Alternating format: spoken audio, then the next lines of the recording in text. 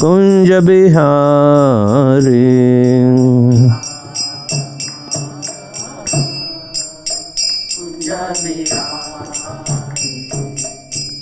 गोपीजन वल्लभ गिरिवर धारी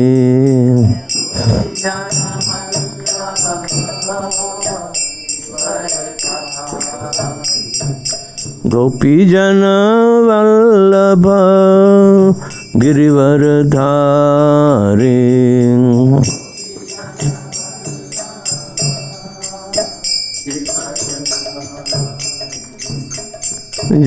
यशोदानंदन ब्रज जन रंजन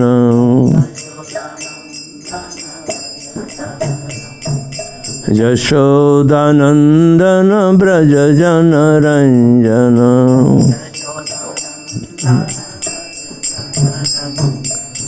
जमुना तीर वनचारी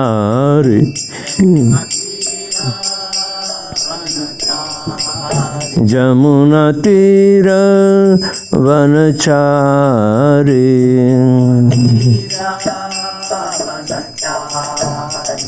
जय राधा माधव कुंज बिहारी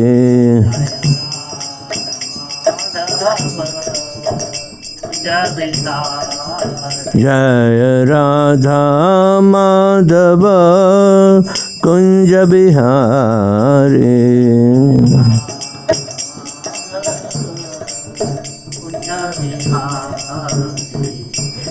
गोपीजन वल्लभ गिरिवर धारी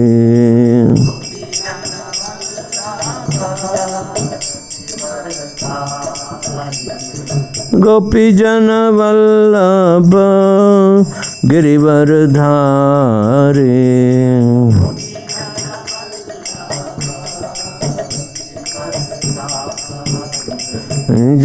यशोदानंदन ब्रज जन रंजन यशोदानंदन ब्रज जन रंजन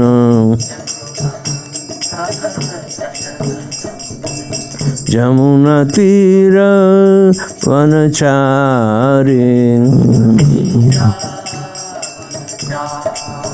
जमुना तीर वनचारी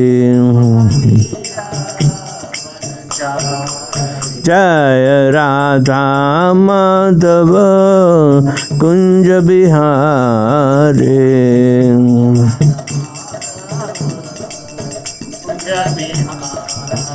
जय राधा माधव कुंज बिहारी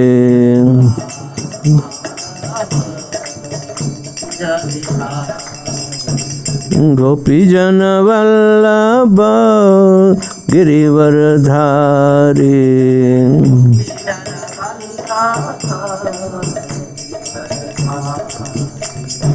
गोपीजन वल्लभ गिरिवर धारी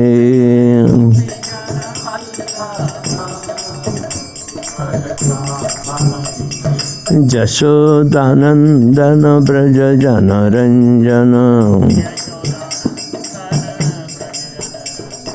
यशोदानंदन ब्रज जन रंजन जमुना तीर वनचारी जमुना तीर वनचारी जय राधा माधव कुंज बिहारी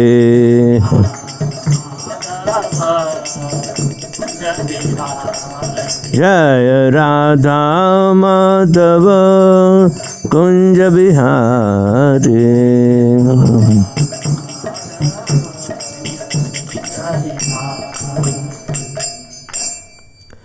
जय ओम विश्वपाद परमहंस परिव्रजकाचार्य अष्टोत्तर शत शिष्यमत डिवाइन ग्रेस वल्लभ चरणारविंद भक्ति वेदांत स्वामी जगत गुरु श्रील प्रभुपाद की जय। इस्कॉन पीपीटी फाउंडर आचार्य जगत गुरु श्रील प्रभुपाद की जय। जय ओम विश्वपाद परमहंस परिव्रजकाचार्य अष्टोत्तर शत शिष्यमत इस डिवाइन ग्रेस भक्ति सिद्धांत सरस्वती ठाकुर महाराज श्रील प्रभुपाद की जय।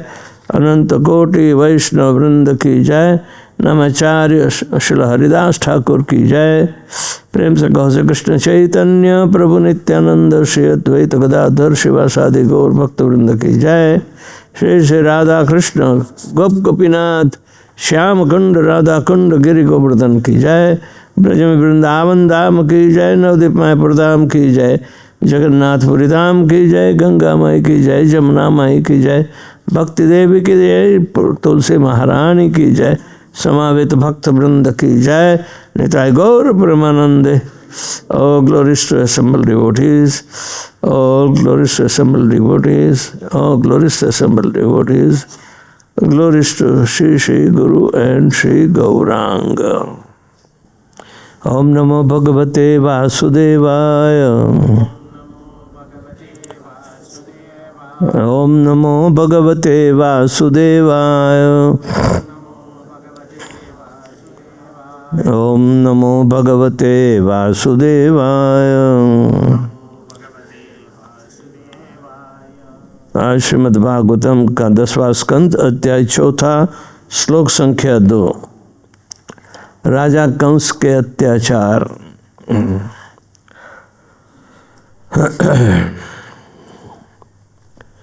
ते तु तूर्णम उपव्रज्य देवक्याः गर्भजन्म तत् आचक्षु भोजराजाय यत् उद्विग्न प्रतिचक्षते।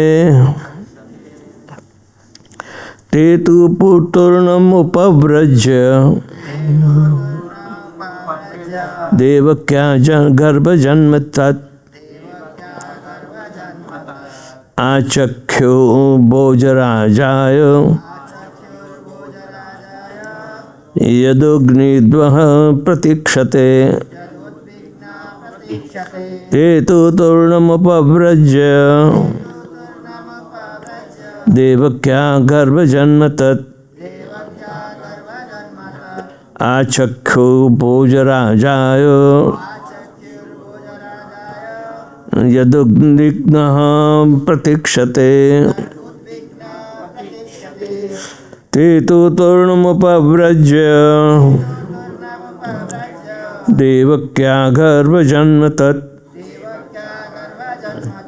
आचख्यो भोजराजाय यदुग्निग्नः प्रतीक्षते। ते वे सारे द्वारपाल तो निसंदेह तूर्णम शीघ्र उपव्रज्य राजा के समक्ष जाकर देवक्या देवकी का गर्भजन्म गर्भ से बाहर आना तत् उस शिशु आचख्यु प्रस्तुत किया भोजराजाय भोजराज कंस को यत् जिससे उद्विग्न अत्यधिक चिंतित प्रतिचक्षते प्रतीक्षा कर रहा था शिशु जन्म की। अनुवाद और तात्पर्य श्रीमती ऐसी भक्ति वेदांत स्वामी श्रील प्रभुपाद के द्वारा। तत्पश्चात सारे द्वारपाल जल्दी से भोजवंश के शासक राजा कंस के पास गए और उसे देवकी से शिशु जन्म लेने का समाचार बताया। अत्यंत उत्सुकता से इस समाचार की प्रतीक्षा कर रहे कंस ने तुरंत ही कार्यवाही की। तात्पर्य में प्रभुपाद जी बताते हैं कि इस भविष्यवाणी के कारण कि देवकी की 8वीं संतान कंस का वध करेगी, कंस अत्यंत उत्कंठापूर्वक प्रतीक्षा कर रहा था। इस बार वह जगकर प्रतीक्षा कर रहा था। अतः जब द्वारपाल उसके निकट गए तो वह शिशु को मारने के लिए तुरंत उद्यत हुआ। ओम अज्ञानतिमिरान्धस्य ज्ञानाञ्जनशलाकया चक्षुरुन्मीलितं येन तस्मै श्री गुरुवे नमः।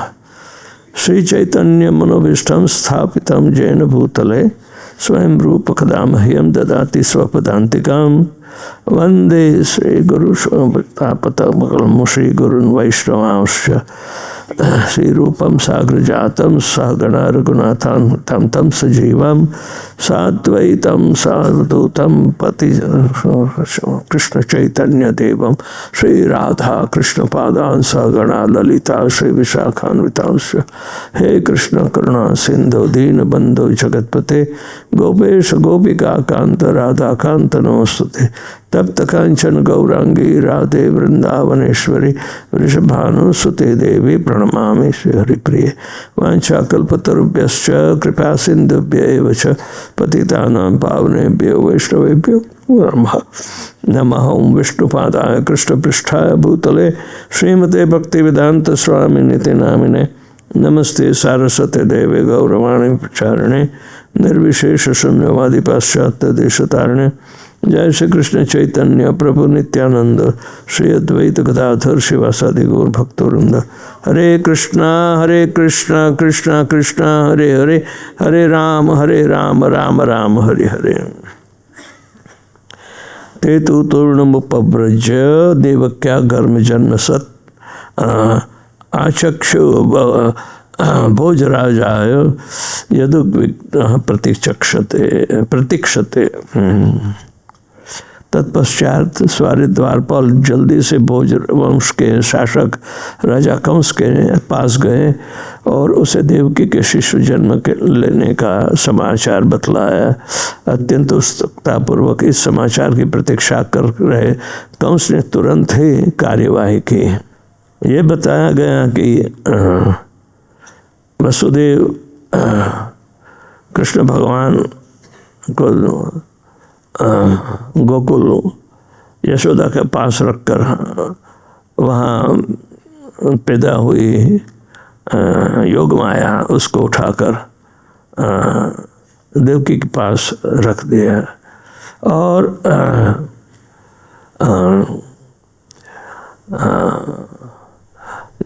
तुरंत जो सारे द्वार इत्यादि ऑटोमेटिक बंद हो गए और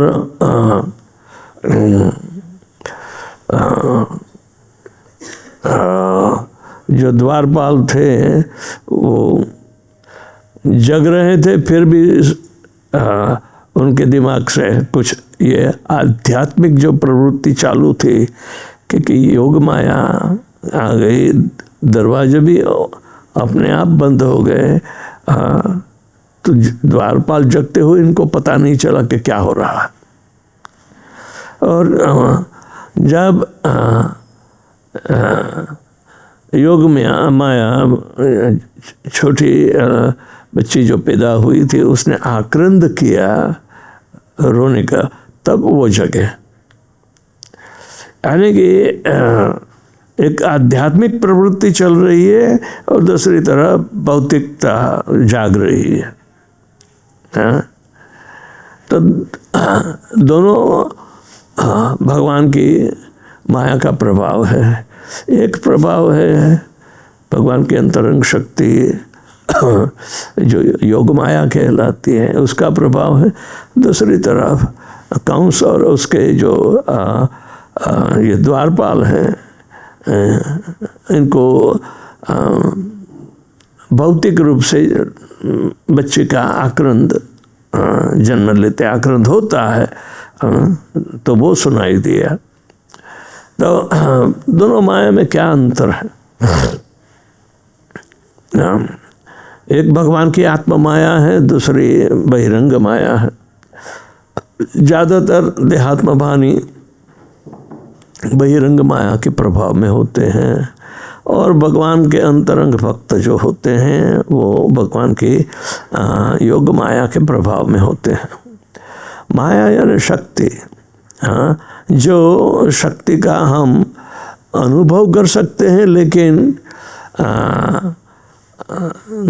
नहीं दिखाई देती, नहीं समझ आती, नहीं किसी भी प्रकार से हमें पहचान करा सकती है। लेकिन ये दोनों शक्ति आवश्यक, भौतिक शक्ति के लिए हम परिचित हैं, लेकिन भौतिक शक्ति कैसे काम करती है वो भी हम पूरे ढंग से नहीं जानते। तो भगवान की आध्यात्मिक शक्ति कैसे काम करती है कैसे जाने? योग माया जैसे ही आई वैसे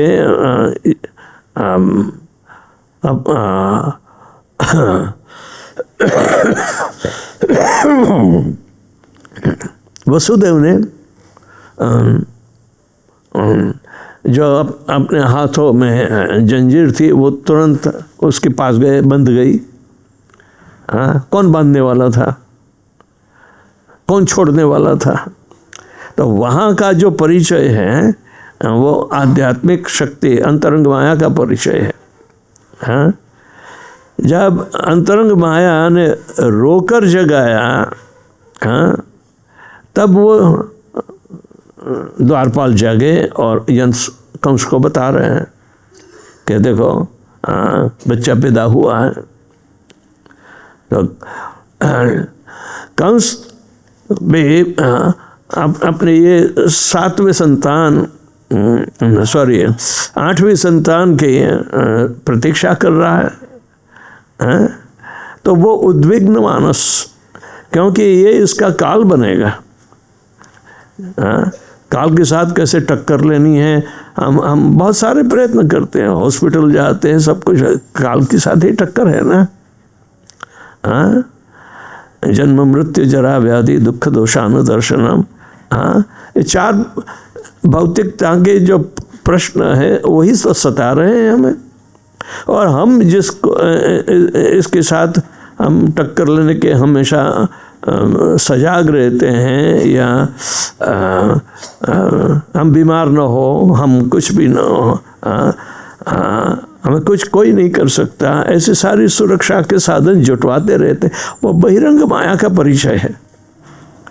लेकिन यहाँ साथ साथ में अंतरंग माया का भी परिचय बता रहे हैं कि भगवान की अंतरंग माया देखो, वसुदेव जैसे बच्ची को उठा कर ले आए गोकुल से पुनः मथुरा में, और वो भी जहाँ वो कैद हुए थे, इनको कारागार में थे, तो वहाँ तो जंजीरें भी पड़ी थी इनके, वो तो अपने आप छूट गई थी जब कृष्ण भगवान आए थे।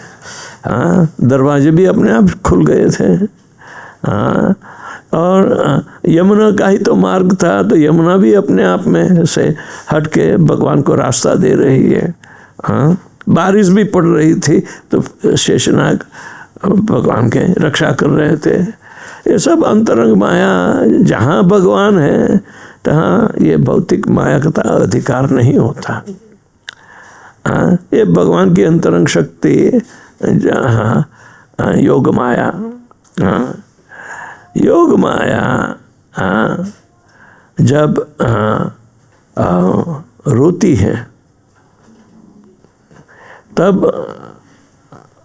भौतिकता का संचार फिर से चालू हो जाता है रोने के कारण।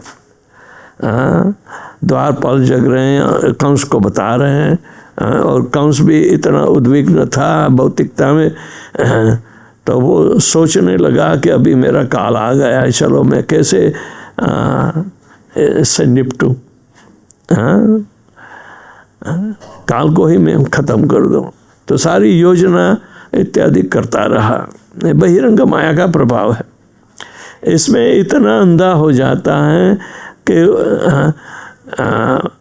भगवान की अंतरंग माया को भी वो कंट्रोल नहीं कर पाता। हम पढ़ा है तब तक तो कंस आता है, देवकी के हाथ से खींच लेता है रोती बच्ची को, और नज़दीक में पत्थर पर पटकता है, लेकिन हाथ में से छटक जाती हैं। तो ये सारा भौतिक परिचय के साथ बाद में जब अंतरंग माया बोलती है, कंस तो मुझे क्या मारेगा, तुझे मारने वाला तो कहीं और पैदा हो गया है। और वो अष्टभुजा वाली भगवती का दर्शन कराते हैं वहाँ। यानी कि बहिरंग माया, अंतरंग माया और बहिरंग माया में क्या अंतर है? हाँ, भगवान की आध्यात्मिक शक्ति जो योग माया या अंतरंग माया से नाम से जानी, वो बहिरंग माया में कैसे पलट जाती है। भगवान भी बारंबार भगवत गीता में कहते हैं कि दैवी हेषा गुणमयी मम माया दुरत्यया मामेव ये प्रपद्यन्ते माया में ताम तरंती थे। ये दैवी माया है। और भगवान की शक्ति है तो भगवान के अनुरूप ही इनका स्वभाव होना चाहिए। भगवान की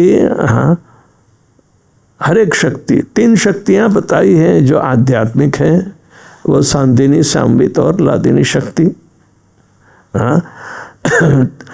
तीनों का स्वरूप बताया है। सांदिनी शक्ति का स्वरूप बलराम है, सांबित शक्ति का स्वरूप सरस्वती है, और लादिनी शक्ति जो है उनकी वो श्रीमती राधा रानी है। ये तीनों स्वरूप शक्ति, आध्यात्मिक शक्ति एक होकर अंतरंग माया कहलाती है। ये तीनों का प्रभाव बड़ा आश्चर्यजनक से जब होता है तो हम देखते हैं कि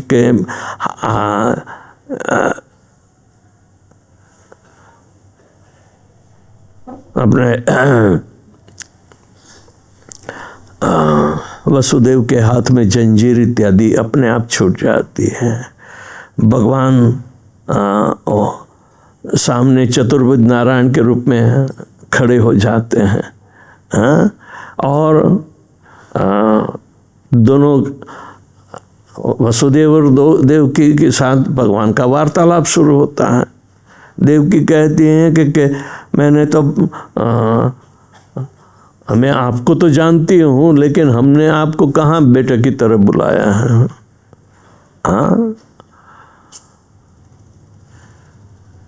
क्योंकि हमें तो बाल्य लीला का दर्शन करना है।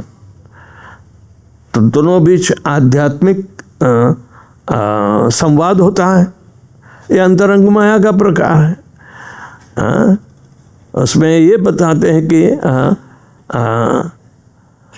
भगवान कहते कि ये जेल खाने में कैसे मैं बाल्य लीला कर दर्शन कराऊं। ऐसे करो, हमें गोकुल ले चलो। ऐसे पूर्व योजित ये सारी घटना अंतरंग माया के प्रभाव से भी हो रही। तो उसी प्रकार पूर्व योजित कंस का विनाश करने की जो योजना है वो महामाया कर लेगी। भक्त लोग बहिरंग माया के प्रभाव में आते नहीं। क्यों नहीं आते? क्योंकि भक्ति एकमात्र ऐसा व्यवसाय है जो आत्मा को संबंधित परमात्मा के साथ का जुड़ा हुआ योग का विषय है, और वो अंतरंग माया की प्रवृत्ति है। हाँ, भक्ति भगवान की अंतरंग माया की प्रवृत्ति है, बहिरंग माया का कोई दखलगिरी नहीं होता है। हाँ, जबकि हम भौतिक माया में होकर अंतरंग माया की भक्ति का हम प्रयोग करते तो हमें बहुत मुश्किल ही आती है। हाँ, न तो हम पूरे ढंग से नाम का उच्चार कर पाते, न तो नाम स्मरण में रहता है, लेकिन फिर भी भगवान का नाम अति पवित्र है, वो अंतरंग शक्ति का बना है, तो धीरे धीरे अपना परिचय कराता है। लेकिन हमें सेवन मुखे ही जीवादो स्वयं स्फुरत्यमेव अद्यतो, हाँ, करना ही चाहिए। तो भक्त के जीवन में दोनों प्रकार की माया का अनुभव होता है।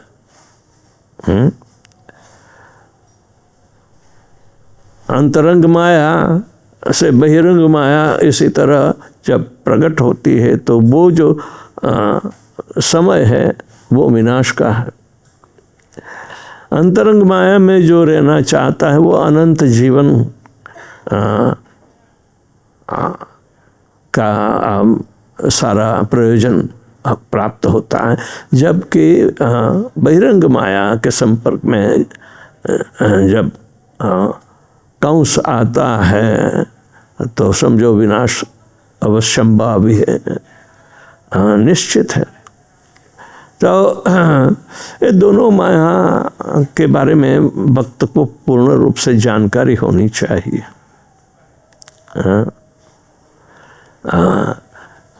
ये कोई नवजात शिशु ही रो रहा है ऐसा नहीं है। भगवान जब पैदा हुए तब रोने की कोई आवाज़ नहीं आई। वो तो अपने आप खड़े हो गए हैं। वो सब अंतरंग माया का सारा व्यवहार है। लेकिन जब भगवान के विरोधी दुश्मन ये कंस और उसकी जो सारी कार्यवाही थी वो उसके शरीर की रक्षा के लिए ही उठ खड़ी, क्योंकि उसे मृत्यु का डर था। जो मृत्यु का डर जिसको होता है तो अवश्य उसका कोई छुटकारा नहीं होता। भक्त लोग मृत्यु से डरते नहीं, न डरना चाहिए,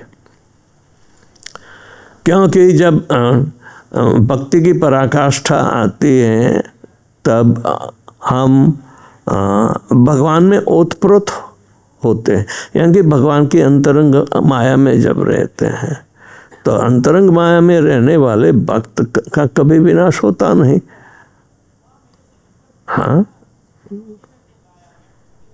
तो भगवान क्यों वैसे ये कहते हैं, न मे भक्त प्रणश्यति। किसी भी अवस्था में भक्त का कभी विनाश होता नहीं। भक्त को यदि भौतिक शरीर मिला है, लेकिन भक्ति की प्रबलता से वो अपने शरीर भी पवित्र कर सकता है। इतना ही नहीं, शरीर को आध्यात्मिक शरीर भी बना सकता है यदि वो इसके काबिल है तो। बीच बीच में तो फंसने वाले ज़्यादा कोई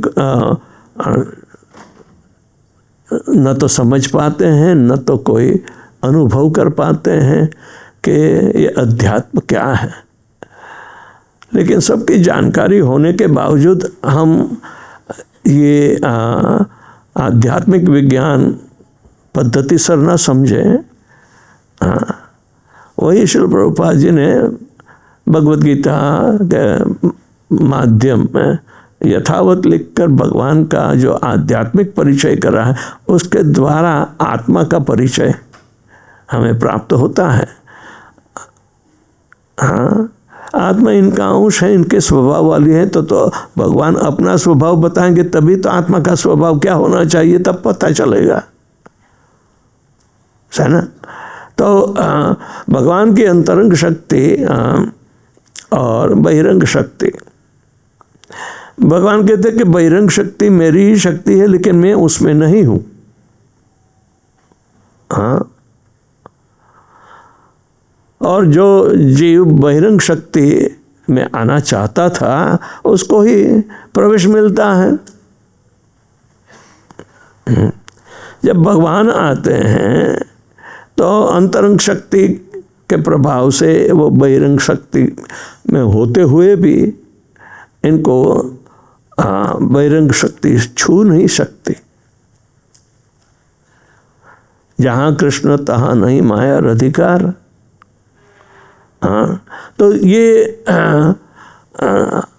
अध्यात्म का स्वभाव भगवान की अंतरंग शक्ति को छूने का विषय है। उसके द्वारा अंतरंग शक्ति का परिचय होता है। तो यहाँ कथा का अंकलन करते हुए यदि हम देखें तो ये विषय जब कंस के हाथ में बच्ची आती है, वैसे तो है योग माया के, लेकिन कंस के छूते हुए ही महामाया का स्वरूप बदल देती हैं और उसके हाथ से छटक जाती है और अष्टभुजा देवी के रूप में आकाश में ऊपर जहाँ छू ना सके वहाँ उसको कहती है कि कंस तू मुझे क्या मार सकता, हाँ तुझे मारने वाला कहीं पैदा हो गया है, तो उसकी चिंता कर। यानी कि भगवान अपनी स्वतंत्र इच्छा, जैसे स्वीट विल कहते हैं, उसके द्वारा ये सारे प्रसंगों का संचालन करते हैं। भगवान के नियंत्रण में होता है। वो नियंत्रण उसकी प्रभावशाली अंतरंग माया करती है, जो कंस को पता नहीं चलता लेकिन भक्त को पता चलता है। तो जब हम भगवान की लीला पर जब हम ध्यान दें, भक्ति के हरे कृष्ण महामंत्र करते भी हमें लीलाओं का स्मरण करने की आवश्यकता बताई है। जब भक्ति का विकास होता है तब भगवान की लीला स्मरण करने का भी अवकाश मिलता है। प्राकृत सहजीय भक्त को सिर्फ भगवान के नाम की ध्वनि पर ही चिंतन करना चाहिए। जो मध्यम अधिकारी हैं, दीक्षित हैं, तो उसे धीरे धीरे भगवान के नाम स्वरूप गुण और लीला का चिंतन धीरे धीरे विकास करने को कहा है, तब भक्ति की प्रगति होती है। पर लेकिन ये जो सारे नाम रूप गुण लीला तो अध्यात्म का चरित्र है। भगवान के जो मूल अप्राकृतीय वर्णन है तो प्रकृति से परे वो अचिंत्य होता है। पर लेकिन भक्तों ने तो लीलाओं का दर्शन किया है, भगवान तो कराते हैं। तो ये जो सारा जो वातावरण है वो भक्तों की समझ के लिए ही होता है। अभक्त नहीं समझ पाएंगे, क्योंकि भगवान के दोनों शक्तियों का परिचय होना चाहिए। हम मान लेते हैं कि हाँ चलो ये योग माया कहलाती है, वो ये महामाया कहलाती है।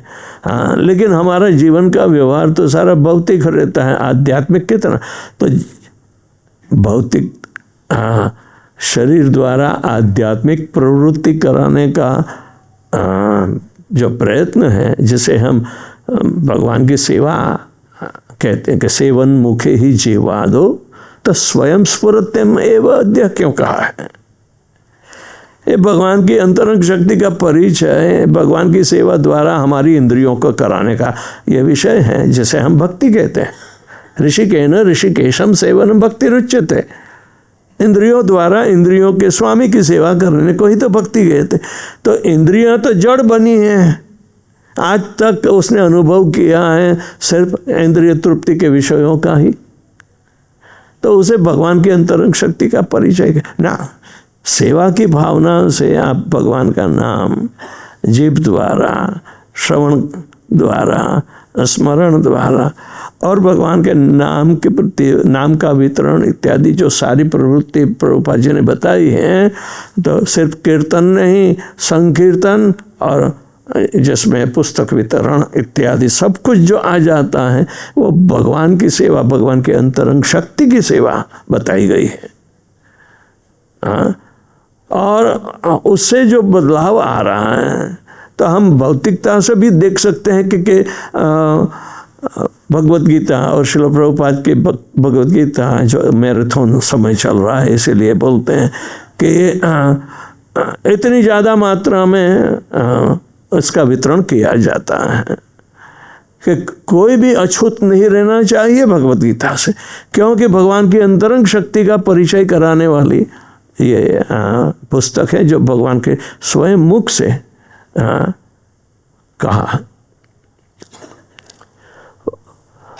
उसके पीछे जो ज्ञान है उसकी देवी सरस्वती है। भौतिक ज्ञान की देवी सरस्वती नहीं बताई है। फिर भी हम जड़ मनुष्य अपने बच्चों को कहते हैं स्कूल पर जा रहा है, सरस्वती माता की प्रार्थना करके जाना। हाँ, परीक्षा आ रही है, सरस्वती, अरे हे परीक्षा में ये सरस्वती क्या, ऐसे विषय को तो छूती ही नहीं है। जो तेने ब्रह्म हृदय आदि कवये मुह्यंती सर्व करा, तो ये अंतरंग शक्ति भगवान की जो सरस्वती है हृदय में ही छिपी रहती है, सामवेद शक्ति है, वो ही ब्रह्मा जी को भक्ति में प्रवृत्त करती है। तो अंतरंग शक्ति और बहिरंग शक्ति में दोनों में भेद क्या है, दोनों का प्रभाव क्या है, वो तो जानना ही चाहिए। हम हरे कृष्ण महामंत्र ही क्यों करते हैं, दूसरे मंत्र क्यों नहीं करते? क्योंकि अंतरंग शक्ति का प्रभाव जानना है। नाम नामकारी बहुधा निज सर्वशक्तिस्तत्रार्वितम अपि नियमित न स्मरणे न काल। चैतन्य महाप्रभु ये भगवान की अंतरंग शक्ति का परिचय हमें होना चाहिए। जब नहीं होता है तो भक्ति शुरुआत भी नहीं होती।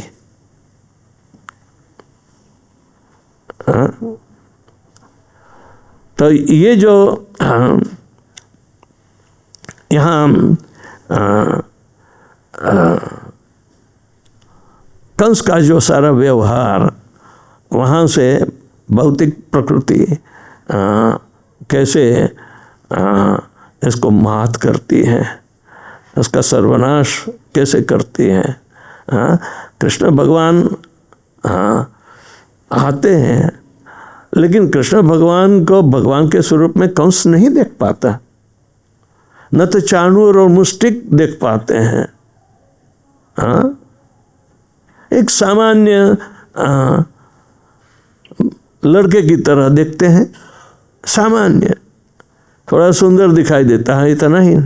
लेकिन भगवान की आध्यात्मिक शक्ति से वो परिचित न होने के कारण उनका तो विनाश ही है। भक्तों को ये सुविधा है कि आध्यात्मिक शक्ति का परिचय करें,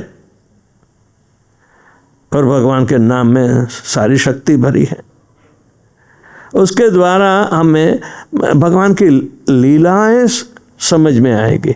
भगवान की दिव्यता के जो गुण हैं तो ये अंतरंग शक्ति के आधार पर है।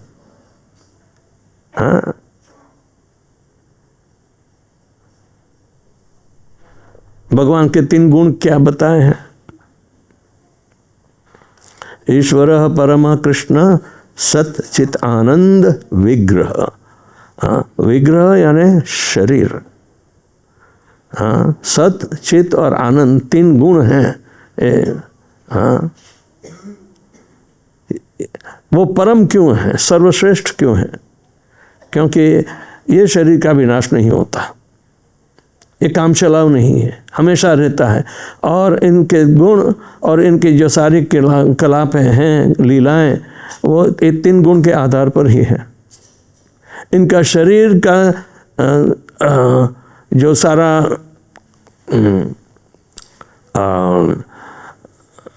बंधारण है, उसमें 3 शक्ति ये 3 गुणों द्वारा बंधी गई है। कौन कौन सी 3 शक्ति? सांदिनी, सामवित और लादिनी शक्ति। तीनों शक्ति 3 गुण, आध्यात्मिक गुण सच्चिदानंद द्वारा बंधी गई है, इसलिए ये स्वरूप बना है। भगवान कृष्ण यहाँ हमारी समक्ष श्री राधा श्याम सुंदर और कृष्ण बलराम के स्वरूप में हम जब देखते हैं, तो क्या इनका ये स्वरूप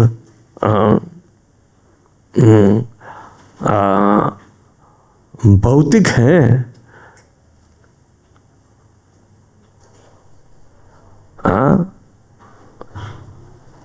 उसको क्या भौतिक स्वरूप कर रहे हैं?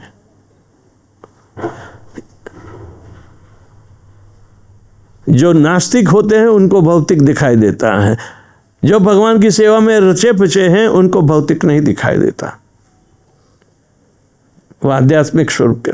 तो ईश्वर परम कृष्ण सच्चिदानंद विग्रह।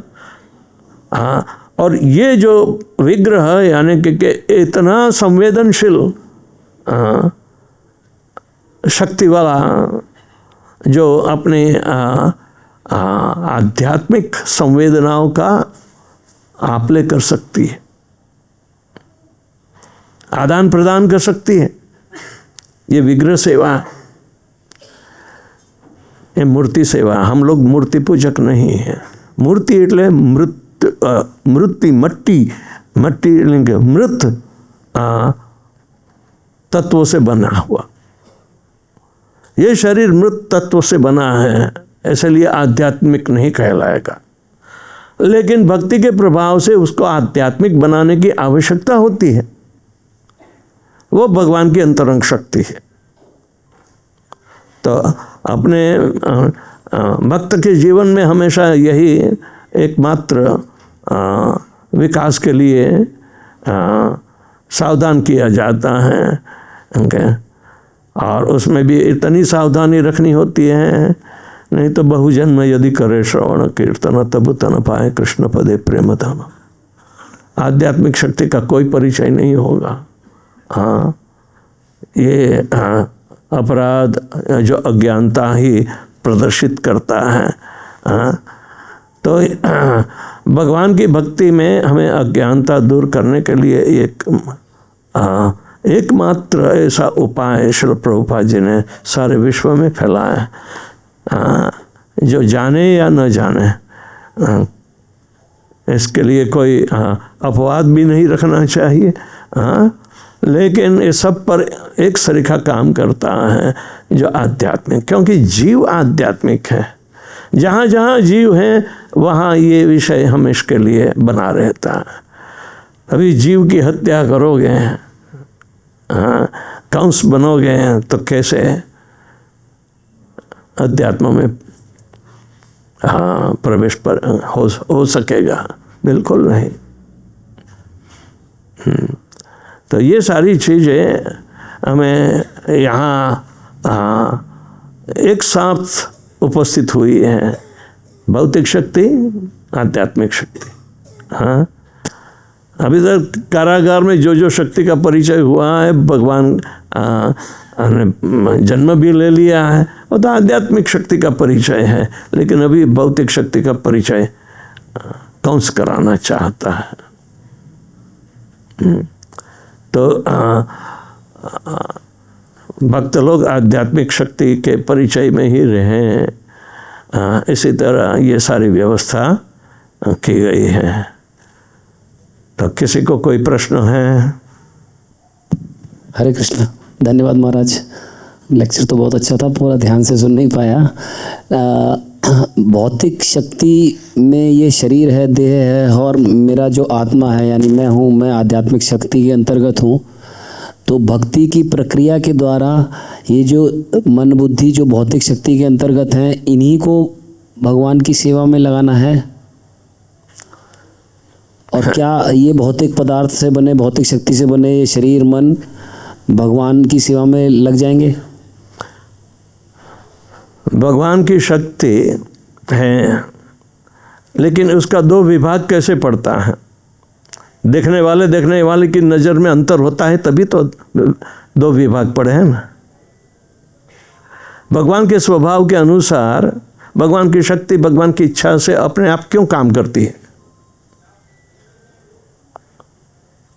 और हम यही सारी इच्छाएं यदि प्रकट करना चाहते हैं तो हमारे विरुद्ध ये सारी शक्तियां काम करती हैं।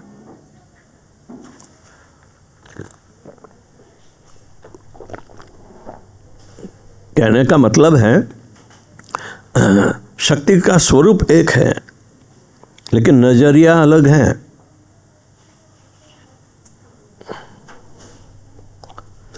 हाँ,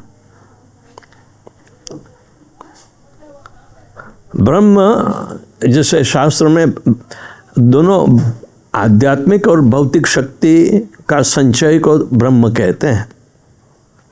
हाँ,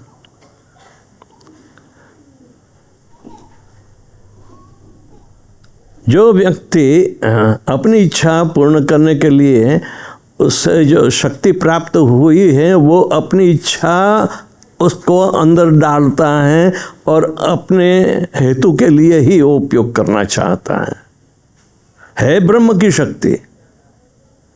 हाँ, कर्म शक्ति का परिचय कराएगा ना,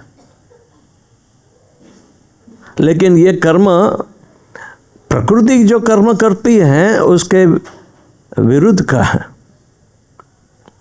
प्रकृति के कर्म जो होते हैं उसमें दखल करना, ये कर्म मीमांसा कहता है। प्रकृति के कर्म पशु लोग तो नहीं करते हैं, इनके विरुद्ध दखलगिरी कोई नहीं करते, मनुष्य ही करता है। राक्षस करेंगे, देवता संभालेंगे इसको, वो दखलगिरी नहीं करते हैं। लेकिन मनुष्य दखलगिरी करेगा, तो कोई समझदारी से करता है, कोई विनाश प्रवृत्ति से करता है, दोनों मनुष्य के लिए। तो ये कर्म का विपाक जो होता है, कर्म की शक्ति इसी तरह खुद का विनाश करने के लिए मनुष्य उपयोग करता है। एक तो आध्यात्मिक शक्ति का परिचय नहीं है, भौतिक शक्ति का ही परिचय है। भौतिक शरीर को यदि भगवान की सेवा में लगा दें, यानी कि चलो भौतिक प्रक्रिया है, खाना खाना भी प्रक्रिया है, पकाना भी प्रक्रिया है, और भगवान को ऑफर करना भी भौतिक प्रक्रिया है। लेकिन भावना, आध्यात्मिक भावना और आध्यात्मिक शक्ति का परिचय आध्यात्मिक रीति से ही होता है, नहीं तो भौतिकता से होगा। भक्त लोग हर एक प्रवृत्ति को आध्यात्मिक बना सकते हैं जो भगवान की प्रीति के लिए है। हाँ, अतः पुंभी द्विज श्रेष्ठ वर्णाश्रम विभागश स्वनुतिष्ठस्य धर्मस्य संसिद्धिम हरितोषणम। हरितोषणम एक विषय ऐसा है कि बीच में कर्मी लोग नहीं रखते हैं, स्वयं तोषणम को रखते हैं, हरितोषणम नहीं रखते। तो जिनकी शक्ति है इनके संतोष के लिए उपयोग करना, चाहे कोई भी वर्णों में हो, कोई भी आश्रम में हो, तो संसिद्धि तो उस पर है। शक्ति का परिचय है। हम क्या भौतिक शक्ति का परिचय करके जाएंगे तो विनाश। आध्यात्मिक शक्ति का परिचय करके जाएंगे तो हमें समानता क्यों ना आती है? क्योंकि आत्मा आध्यात्मिक शक्ति का बना है, शरीर नहीं बना है। तो आध्यात्मिक शक्ति तो मूलभूत शक्ति है, उसे भौतिकता में यानी कि स्वयं के संतोष के लिए जीना, वो भी काफ़ी मेहनत पढ़ाई इत्यादि करके करो, फिर भी सफल क्यों नहीं होते? आत्मा की जानकारी भौतिक प्रकृति क्यों नहीं देती? आध्यात्मिक प्रवृत्ति ही आत्मा का परिचय कराने में सशक्त क्यों है? क्योंकि वो सनातन प्रकृति है, भौतिक शक्ति सनातन नहीं है। ये शरीर भौतिक है, भौतिक ही रहेगा या आध्यात्मिक प्रक्रिया के द्वारा भगवान की भक्ति योग के द्वारा ये शरीर आध्यात्मिक हो जाएगा कभी, या हमेशा ये मन बुद्धि भौतिक? आप में विश्वास नहीं है तो आपकी दीक्षा हो गई? नहीं हुई है, इसीलिए बोलते हैं ये अनुशासित होकर सीखना पड़ता है। अनुशासन दीक्षा में आता है, बिना दीक्षा अनुशासन नहीं आएगा। यदि परिचय करने के लिए उत्सुक हो तो किस तरह करना चाहिए उसका वैज्ञानिक ढंग से आप समझदारी बताओ, भक्त लोग सिखाएंगे। ठीक है, हरे कृष्णा, श्रील प्रभुपाद की जय। हरे कृष्णा कृष्ण कृष्ण